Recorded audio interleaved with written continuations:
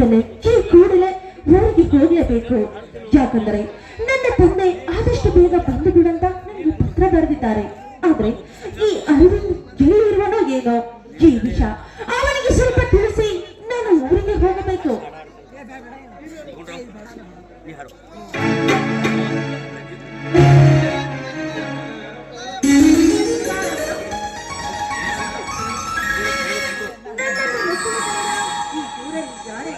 ನನ್ನ ಪ್ರಿಯತಮನಾದ ಅರವಿಂದ ತಾನೆ.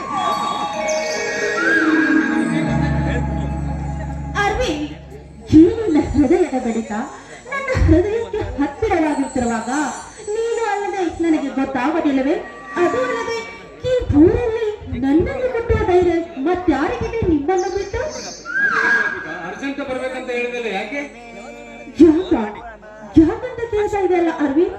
ಯಾಕಂದ್ರೆ ನಮ್ಮ ಮದುವೆ ವಿಷಯ ಮಾತನಾಡಲು ನಮ್ಮ ತಂದೆಯವರು ಪತ್ರ ಬರೆದಿದ್ದಾರೆ. ಅದಕ್ಕೆ ನಾನು ಈ ವಿಷಯ ನಿಮ್ಮ ಹತ್ತಿರ ಹೇಳಿ ನಾನು ಊರಿಗೆ ಹೊರಟಿದ್ದೆ. ಅದಕ್ಕೆ ಅಷ್ಟೊಂದು ಭಯಕ್ಕೆ ಮದುವೆ ಆಗೋ ತನಕ ನಿಮ್ಮನೆಯಲ್ಲಿ ಮದುವೆ ಆದ ನಂತರ ನಮ್ಮನೆಗೆ ಬರ್ತೇವೆ. ಹೇಳಿದ್ರು 15-20 ದಿವಸ ಮಾತ್ರ. ಏನೋ 15-20 ದಿನನ? ಅರವಿಂದ್, 15 ದಿನವಲ್ಲ, ನಿನ್ನ ಬಿಟ್ಟು ನನಗೆ 15 ನಿಮಿಷನೂ ಇರಕ್ಕಾಗೋದಿಲ್ಲ. ನಿನ್ನ ಬಿಟ್ಟು ನನಗೆ ಹೋಗಬೇಕು ಅಂತ ನನ್ನ ಮನಸ್ಸಲ್ಲಿ ತಳಮಳ ಚಾಲು ಆಗಿದೆ. ಅಕಸ್ಮಾತ್ವಾಗಿ ನಾನು ಇವತ್ತೇ ಸತ್ತು ಹೋದರೆ ಅಂತ ಮಾತನಾಡಬೇಡ ಅರವಿಂದ್. ನೋಡು, ನೀನು ಸತ್ಯ ಸುದ್ದಿ ಕೇಳಿದ್ರೆ ನಾನು ಬದುಕಿರುವುದೆಂದು ತಿಳಿದಿದ್ಯಾ? ನಿನ್ನ ಸಾವಿನ ಸುದ್ದಿ ಕೇಳಿ ನಾನು ಕೊರಗಿ ಕಲ್ಲಿನ ಕಪ್ಪೆಯಂತೆ ತಾಳಲಾರದೆ ನಿನ್ನ ಸಾವಿನ ಕ್ಷಣವೇ ನಾನು ವಿಷವನ್ನು ಕುಡಿದು ಪ್ರಾಣ ಕಳೆದುಕೊಳ್ಳುತ್ತೇನೆ. ಹೌದು ಅರವಿಂದ್, ಹೌದು. ಒಂದು ಹೆಣ್ಣಿಗೆ ಹಲವಾರು ಆಶೆಗಳು ಇರುತ್ತದೆ. ಆದರೆ ಆ ಹೆಣ್ಣು ಹೃದಯ ಪೂರ್ವಕವಾಗಿ ಒಬ್ಬನಿಗೆ ಮಾತ್ರ ಮನಸ್ಸು ಕಟ್ಟಿದೆ.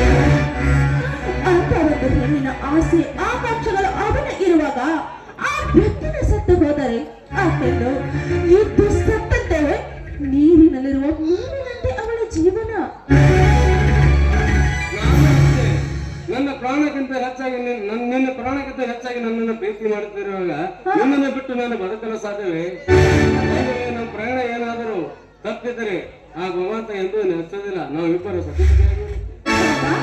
ಹಾಗಾದ್ರೆ ನನ್ಗೆ ಟೈಮ್ ಆಯ್ತು, ನಾನು ಹೋಗಲೇ? ಹೋಗ್ತೀನಂತ ಹೇಳಬಾರ್ದು ಚಿನ್ನ, ಹೋಗಿ ಬರ್ತೀನಂತ ಹೇಳಬೇಕು. ಹೌದು ಅರವಿಂದ್, ನಾನು ಊರಿನಂತೆ ಹೋಗ್ತಾ ಇದ್ದೀನಿ. ನಿನ್ನ ಜೊತೆ ಮದುವೆಗೆ ಯಾರು ಬರುತ್ತಾರೆ? ನಾನಂತೂ ಬರ್ಲೇಬೇಕಲ್ಲ. ಹೌದು, ಮತ್ತೆ ನೀನು ಬರ್ಲೇಬೇಕು. ನೀನು ಇಲ್ಲೇ ಇದ್ದರೆ ನಾನು ಅಲ್ಲೇ ಹೋದ್ರೆ ಮುಂದೆ ನಮ್ಮ ಮದುವೆ ಹೇಗೆ? ನಮ್ಮ ಮದುವೆಗೆ ನಾನು ಮತ್ತು ನನ್ನ ಸ್ನೇಹಿತರು, ಬಂಧು ಬಳಗ, ತಂದೆ ತಾಯಿ ಎಲ್ಲರೂ ಸೇರಿ ನೇರವಾಗಿ ನಿಮ್ಮೂರಿನ ಮುಂದಗಡೆ ಇರುವ ರಾಮಲಿಂಗೇಶ್ವರ ಗುಡಿಯಲ್ಲಿ ಬಂದಿರುತ್ತೇವೆ. ಮದುವೆಯಾದ ಮರುಕ್ಷಣವೇ ನಿನ್ನನ್ನು ಮರುಚಂದ್ರಕ್ಕೆ ಕರೆದುಕೊಂಡು ಹೋಗ್ತೇವೆ. ರಾಯರು ನನ್ನನ್ನು ಮಧುಚಂದ್ರಕ್ಕೆ ಎಲ್ಲಿಗೆ ಕರೆದುಕೊಂಡು ಗೋವಾ ಹುಟ್ಟಿ ನಿರ್ಧಾರ ಮಾಡಿದ್ದೇನೆ. ಬಯಲು ಸೀಮೆಯಲ್ಲಿ ಸಮುದ್ರದ ನಾದಿನ ಅಲೆಗಳ ಮೇಲೆ ನಾವಿಬ್ಬರು ಪ್ರೇಮಿಗಳಾಗಿ ಅಪ್ಪಿಕೊಂಡು ನಿಂತರೆ ಸಖ್ಯತ ಪ್ರೇಮ ಸಂಕೇತ. ಸರಿ ಅರವಿಂದ್, ನಾನು ಹೋಗ್ಲೆ? ಹೋಗಿ ನೀನು ಹೋಗಿ ಬರುವ ತನಕ ನಾನು ಏನ್ ಮಾಡ್ಬೇಕು? ಒಂದು ಸೀಮಿತ ಕೊಟ್ಟು ಹೋಗಬೇಕು. ಹೌದಾ? ಆಸೆ ಇವನಿಗೆ. ಸರಿ, ಹಾಗಾದ್ರೆ ನೀನು ಕಣ್ಣು ಮುಚ್ಚಿ ನಿಂತುಕೋ.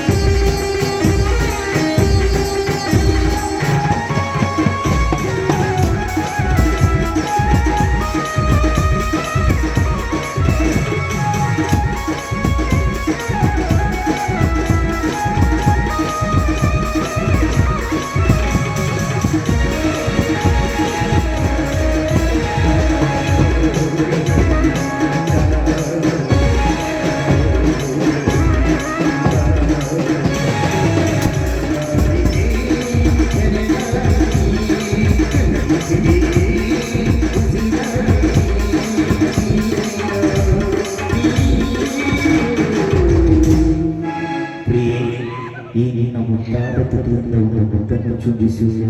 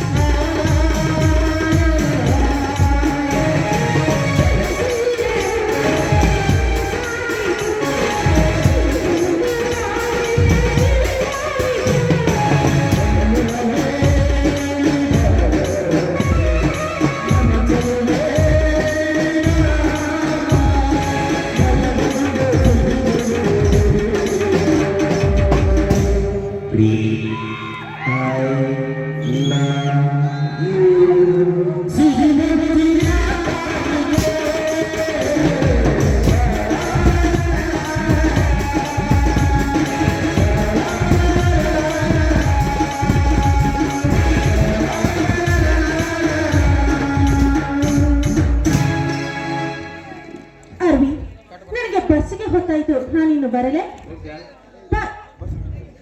ಹೋಗಿ ಬರುತ್ತೇನೆ. ಟಾಟಾ.